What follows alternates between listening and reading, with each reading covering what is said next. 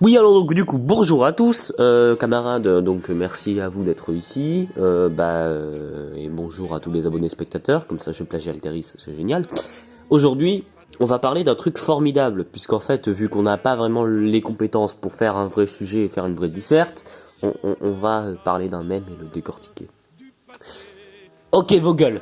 Donc, en fait, quand je dis parler, en fait, faut le démonter parce qu'il dit de la merde. Bon, ça vient d'une. Enfin, bien entendu, on ne cite pas la source. Ah, ah, non, je déconne. C'est même libertarien sur Twitter. Allez c'est même libertarien sur Twitter. Vous pouvez aller voir le truc. Enfin, il faut un concours avec même de gauche pour savoir qui a le même le plus gênant. Et donc, bon, alors, et à l'autre énergumène qui met le truc. S'il te plaît, Mélo. Ok, bon, je vais faire genre que c'est mis du coup maintenant. Bon, alors déjà, oui. Hein, sur un temps très long, il y a eu des améliorations de niveau de vie dans des pays développés. Notamment grâce à un truc qui s'appelle les progrès technologiques. Mais ça, en fait, ça a marché. Ça, il y avait ça avant le capitalisme, et il y avait ça après le capitalisme. Il y aura ça après le capitalisme, j'espère. Bon, enfin, on va prendre un exemple. En fait, un exemple random puisque c'est pas moi qui l'ai fait et que le mec qui l'a fait, il avait trop bu. C'est un Breton, donc ne vous inquiétez pas. Alors, donc, par exemple, entre 2000 et 2020, le niveau technologique a stonks. Comment on pourrait le dire? Ouais, enfin, comme ça j'attire le public jeune, vous voyez. Sauf que, est-ce que le niveau de vie a en même temps augmenté massivement? Ça, c'est un peu plus compliqué. Bon, par exemple, prenez un Nokia 3210, bon, et comparez-le à un iPhone 13.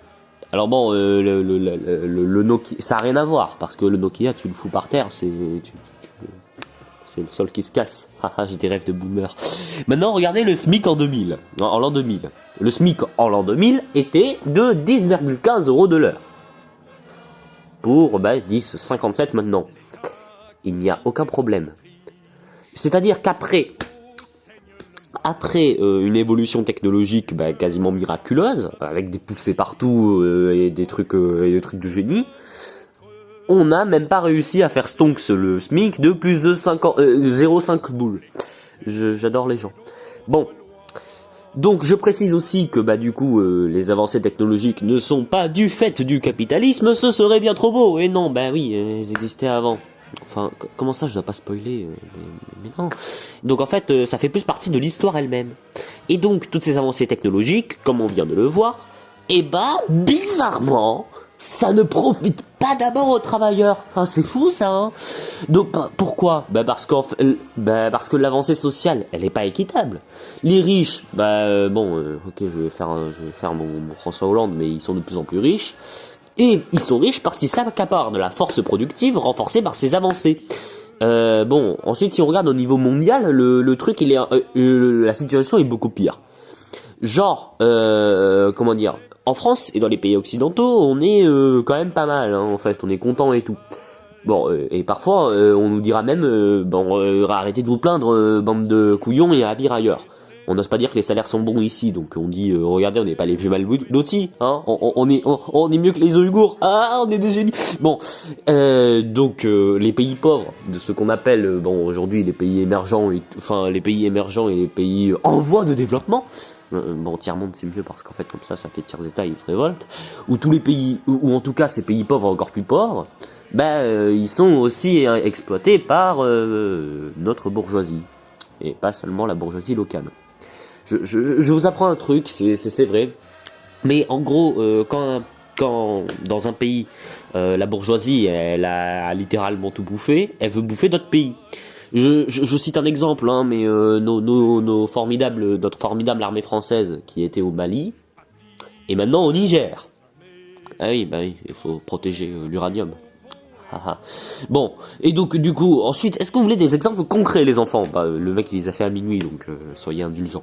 Bon, c'était pas une question aussi, hein, donc alors on va citer des gens intelligents. Enfin, non, ils sont pas intelligents, la Banque mondiale, mais ok, je vais le faire avec l'accent anglais. Le nombre de personnes vivant sous le seuil d'extrême pauvreté, 1,9 $ par jour et par personne, soit 1,7 € dans le monde, a diminué d'à peu plus 1 milliard en 30 ans, passant de 1,9 milliard en 1984 à 736 millions en 2015. Donc, 1,7 euros par jour. Ça vous fait combien? Ça vous fait 57 euros par mois. Alors, ouais, ça passe. Donc, c'est-à-dire qu'en gros, si vous avez 57,1 euros par mois, vous êtes plus sous le seuil de pauvreté. Youpi. Alors bon, c'est parti. On peut faire quoi en France avec 57 euros par mois? Alors, juste au cas où, 57 euros par mois, ça vous suffit pour du coup avoir un 4 mètres carrés paumé en plein milieu d'une ville random. Voilà, non mais je vous apprends un truc, mais je vais faire genre que je suis pas motivé. Et donc du coup on va avoir le charmant tableau que que le monteur va mettre là.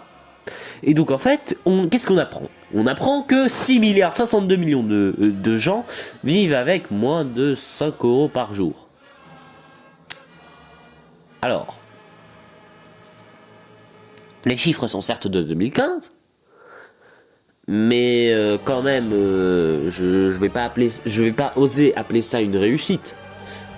Bon, donc, ce qui fait que, en gros, actuellement, d'ailleurs, dernier petit truc marrant. Donc, on a vu que les avancées technologiques, on a profité visiblement pas.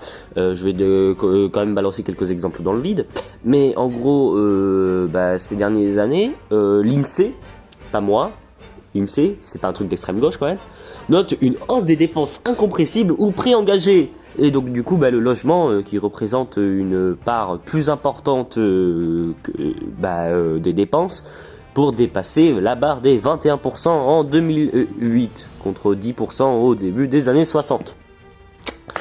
Alors, ensuite, du coup, il y a une diminution du revenu arbitrable, c'est-à-dire qu'en gros, cette désagréable constatation que si vous êtes prolo, vous connaissez, si vous êtes bourgeois, il suffirait que vous êtes né du mauvais côté de la balance du travail pour avoir à connaître ça, mais qu'on pouvait moins acheter après avoir réglé ses factures et autres frais fixes et incompressibles. Enfin, fixes parce que quand même, l'électricité c'est cool. Et donc en fait, c'est pas trop un leurre puisque c'est l'INSEE. Voilà, je suis au top de mon argumentation. Et donc, ensuite, du coup, on va achever sur la conclusion. C'est-à-dire que pour que le progrès technique soit justement converti en un stonks de notre niveau de vie, il y a un truc tout simple, c'est que faut lutter. Et oui, pour savoir si par exemple le progrès technique va permettre de partager, je sais pas moi, le nombre de travail à faire, le temps de travail, ou alors partager les fruits du travail plus équitablement, ou alors s'ils sont accaparés par une minorité. Et alors, truc incroyable, ce n'est pas le capitalisme qui fait en sorte qu'on vit mieux, parce qu'en fait, du coup, c'est plus la lutte contre le capitalisme qui fait en sorte que, en gros, tu sois pas en train de miner et crever à 20 ans, mais ça faut pas le dire. Bon, sur ce, après ce débunkage plus ou moins approximatif, je vous retrouve pour une prochaine vidéo.